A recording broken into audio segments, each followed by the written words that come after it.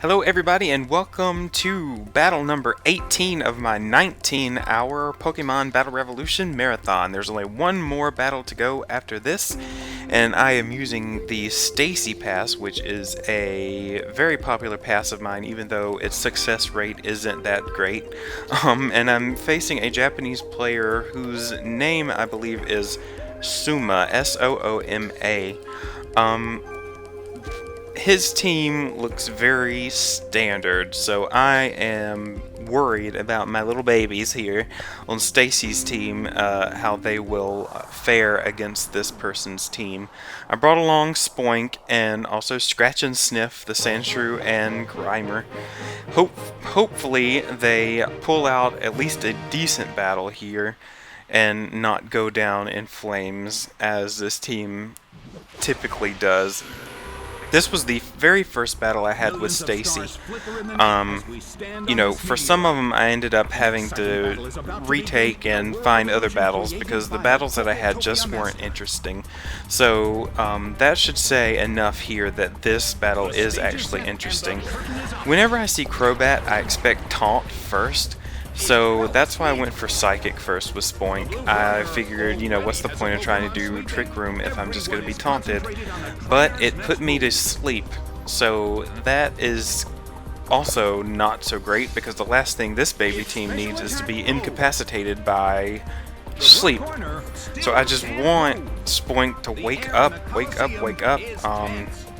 so I can Trick Room and have somewhat of a fighting chance. This Spoink has thick fat instead of on tempo, so it can be confused. Fortunately, it woke up and confusion didn't cause it to attack itself. So far Spoink is doing exactly what she needs to do in this battle.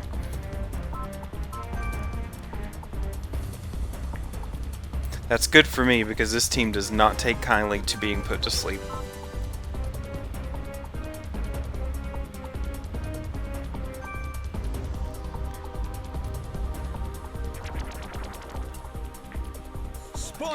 I was so thankful that confusion didn't cause Spoink to attack herself again. Usually confusion just it brings out the worst in me because I have such bad luck when it comes to confusion. Now that Spoink is asleep for the second time, I decide to switch Pokemon out, hoping that Sooma would not break the sleep clause, which is one clause that I follow to a T. I do not put more than one Pokemon to sleep, even if I'm about to lose, because I think that's just unfair and a cheap way to get a win. You can put one to sleep, but putting multiple Pokemon to sleep is not, it's just not good sportsmanship in my opinion. So I switch out Spoink for Grimer here, and I bring Grimer in hoping that Crobat doesn't decide to attack. After that first nasty plot, Crobat is a big threat right now and needs to be taken care of immediately. Distortion. What's this? The Colosseum. Right here, I didn't know whether or not Crobat would be switched out because after using those nasty plots and going through all the trouble of setting up, it seems like such a waste to switch. But since Crobat's going to be taken out by Ice Punch here, all of that setting up is just going down the drain anyway.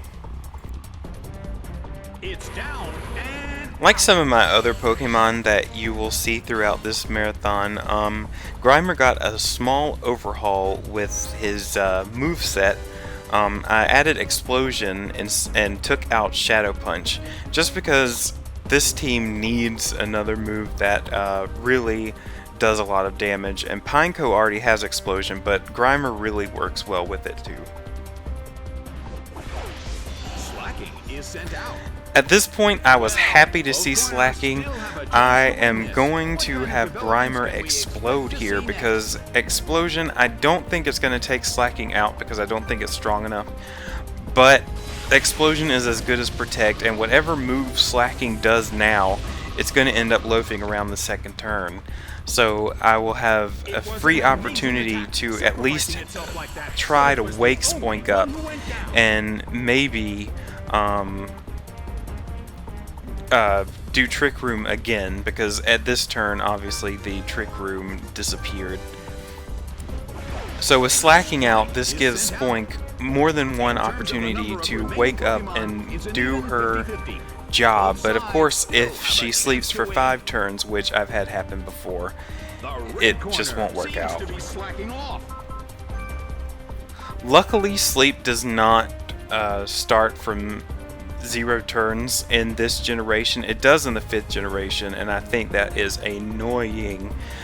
This Giga Impact missed, but I don't think it really mattered in this battle by this point, because no matter what, Spoink would have been brought down to 1 HP. Slaking would have been taken out by Spoink anyway, and whoever comes out last will end up attacked by Spoink and taken out by Sandshrew. So at this point, it's just an uphill battle for poor Sooma, who had a really rough start with Crobat setting up and being taken out before it could really do anything. Starmie is sent out. I'm not sure why he took so much time setting up with Crobat with Spoink on the field. Maybe he was worried about what Spoink will do, but I think if it were me, I would worry about taking Spoink out a little more. I sure hope that wasn't a case of underestimating my team.